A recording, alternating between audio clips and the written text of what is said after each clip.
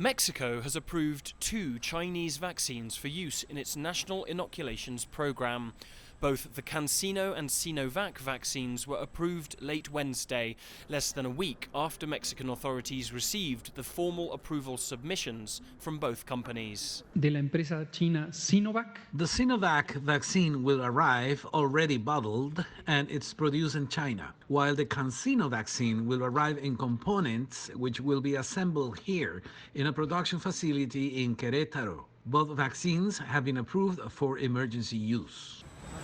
Mexico already has a deal with China for 35 million doses of the CanSino vaccine, and in the early hours of Thursday, the first shipment arrived. In this shipment, 2 million CanSino vaccines are arriving, which will be finished and bottled here in Mexico. It's not a moment too soon. Mexico is now third in the world for COVID-19 deaths, with nearly 170,000 fatalities. The approval of the 2 Chinese vaccines comes at a critical time for Mexico, as its vaccination program has stalled.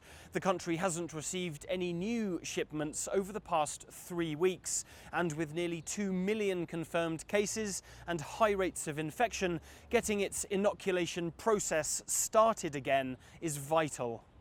And we need to vaccinate. For Dr. Alejandro Macias, a leading Mexican epidemiologist, the focus now has to be on finishing the first stage of vaccines, the frontline healthcare workers. It's a very serious situation because for healthcare workers, there is already fatigue, there is already desperation, and we need to vaccinate soon the health personnel just to provide some relief to the hospitals, because this situation is taking too long.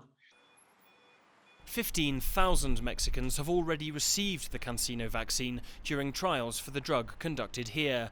And as Mexico begins using them in large numbers, it's hoping to put the worst of its pandemic struggles in the past. Alasdair, Baverstock, CGTN, Mexico City.